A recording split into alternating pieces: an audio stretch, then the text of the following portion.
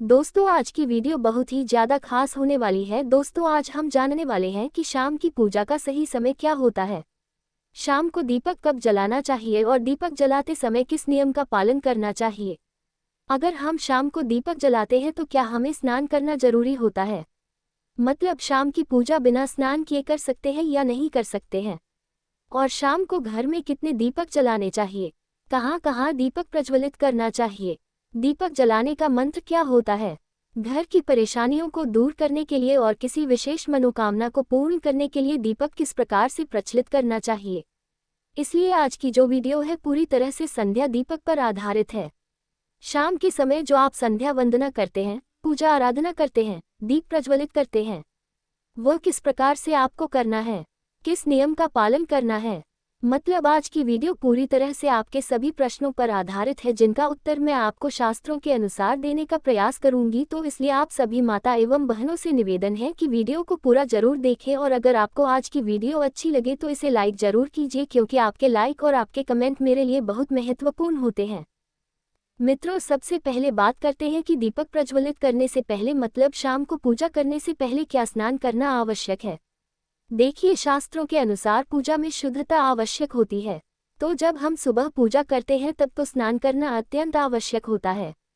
सुबह बिना स्नान के पूजा नहीं करनी चाहिए, लेकिन शाम की पूजा आप हाथ पांव मुंह धोकर भी कर सकते हैं, जरूरी नहीं है आप स्नान करें। अब देखिए आप चाहे तो वस्त्र भी बदल सकते हैं या फिर आप सिर्फ हाथ मुंह धोकर खुला करके भी पूजा कर सकते हैं। जैसे कि आपको शाम के समय पूजा करनी है तो दिन में भी आप शुद्धता का ध्यान रखें।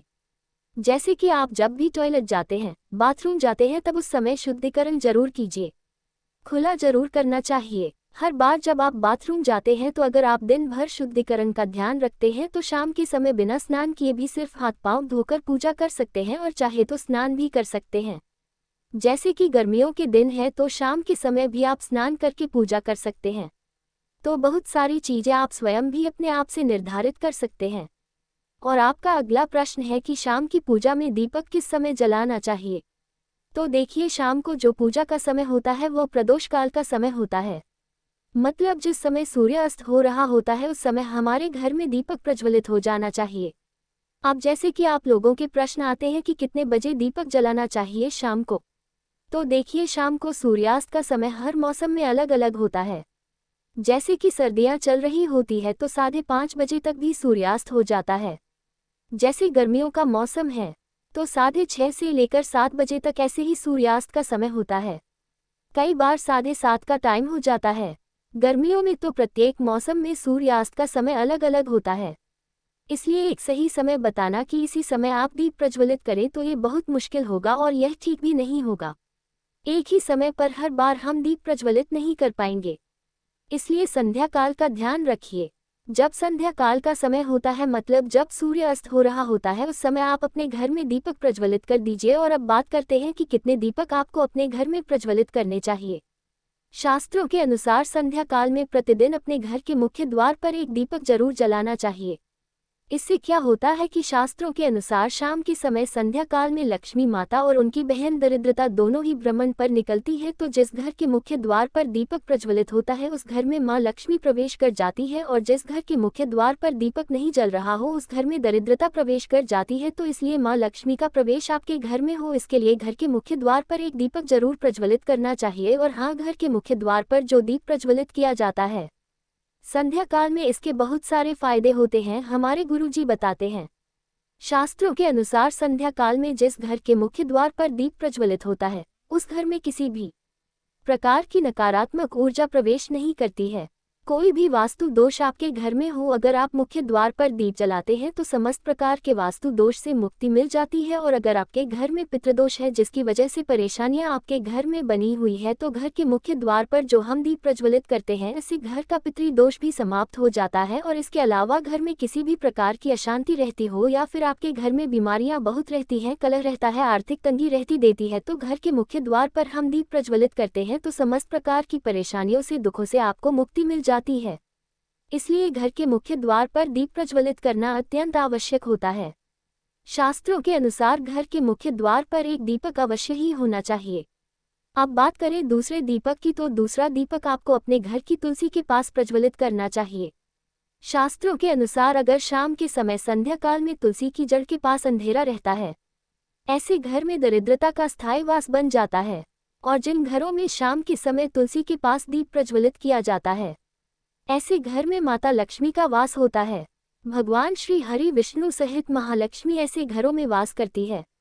तो आपको प्रयास करना चाहिए कि शाम के समय तुलसी के पास एक दीपक जरूर जलाकर रखना चाहिए। अब बात करें अगले दीपक की, तो शाम के समय अपने घर के ईशान कोण में, मतलब जहां पर भी आपने अपने घर का मंदिर बनाया हुआ है, उसी स्थान पर घर के मंदिर में एक दीपक अवश्य प्रज्वलित कीजिए।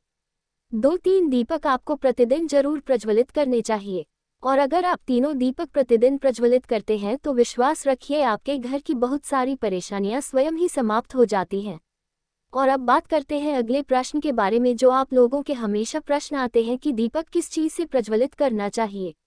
सरसों का तेल डाल सकते हैं या नहीं, या फिर तिल के तेल का प्रयोग करना चाहिए, या फिर शुद्ध गाय के घी का किस चीज़ से हम दीपक प्रज्वलित करें। तो देखिए, शास्त्रों के अनुसार सरसों के तेल का दीपक हर जगह प्रज्वलित नहीं करना चाहिए। सरसों का तेल कड़वा तेल कहा जाता है। इस तेल का दीपक हम प्रज्वलित करते हैं शनिदेव के लिए। अगर आप दीप दान करते हैं शनिवार के दिन तो आपको सरसों के तेल का दीपक प्रज्वलित करना चाहिए। और आप चाहे तो जैसे कि पीपल का वृक्ष होता है वहां पर भी सरसों के तेल का दीप प्रज्वलित कर सकते हैं, या फिर भैरव देवता होते हैं उनके लिए भी तेल का दीपक प्रज्वलित किया जाता है। इसके अलावा कहीं पर भी सरसों के तेल का दीप प्रज्वलित करने की बात शास्त्रों में नहीं कही गई है।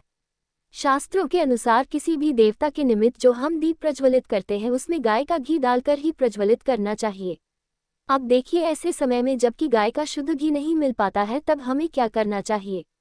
तब आपको गाय के घी के नाम पर जो भी घी मिल जाता है या फिर शुद्ध घी मिल जाता है उसका प्रयोग कर सकते हैं, या फिर आप चाहे तो तिल के तेल का दीप प्रज्वलित कर सकते हैं।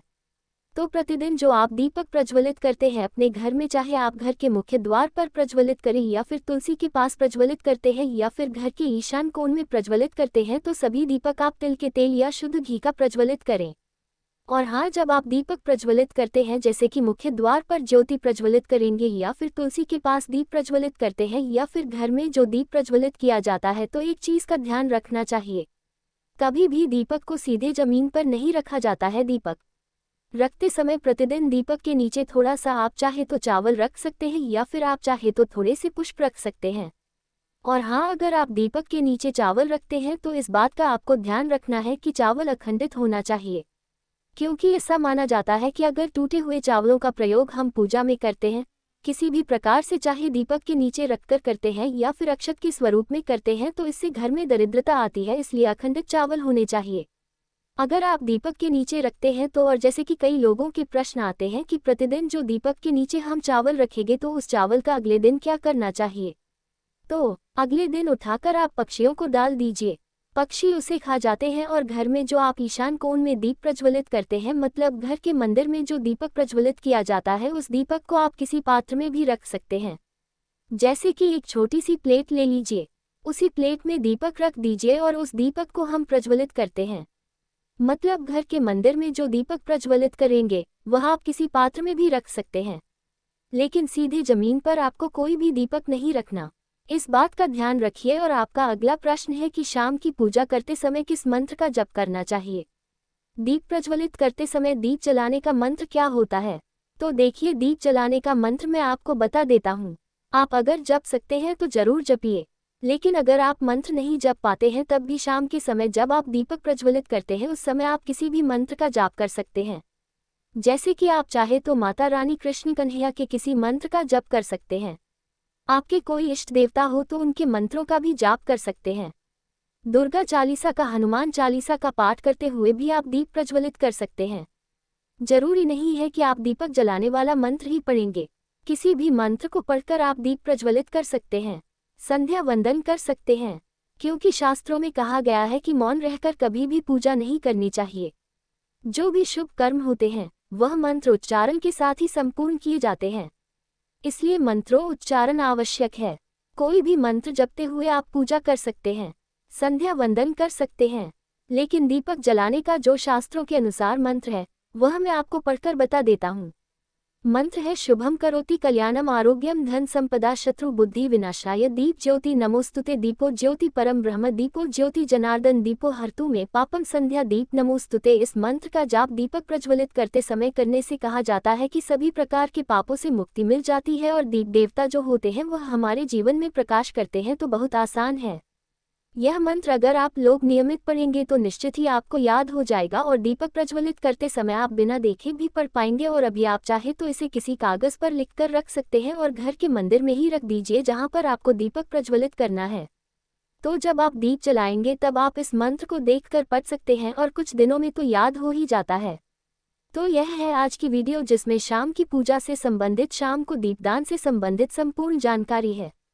अगर आप भी कोई इस प्रकार की गलतियां करते हैं तो आपके घर में दरिद्रता का वास होता है। नंबर 1, घर में तुलसी का पौधा और दारिम का पेड़ होना ही चाहिए। ये दोनों धन को बहुत शुभकारी होते हैं। तुलसी माता जगदम्बा का रूप है। जब भी तुलसी सूख जाए सावधान रहें, यह आपदा और धन के नाश का प्रतीक है। अमावस्या को घर का सारा फालतू सामान बेच दें या बाहर निकाल दें। इससे घर में सुख शांति रहती है और आर्थिक रूप से सक्षम बनते हैं। अमावस्या को कोई नई वस्तु या कपड़े खरीदने से बचना चाहिए। शाम के समय कोई मेहमान या सुहागन स्त्री आती है तो उसका सम्मान करके जलपान करावे। यह मां लक्ष्मी के आने का संकेत है, इसलिए मेहमान का आप अच्छे से स्वागत करें क्योंकि मेहमान भगवान का रूप है और भगवान का सम्मान करने से हमारे घर में हमेशा लक्ष्मी का वास होता है। ये रही आप सभी को संध्या दीपक की जानकारी। अगर जानकारी अच्छी लगी हो तो हमारे कमेंट बॉक्स में कमेंट करके जरूर बताएं और हमारे चैनल को सब्सक्राइब जरूर करें। धन्यवाद।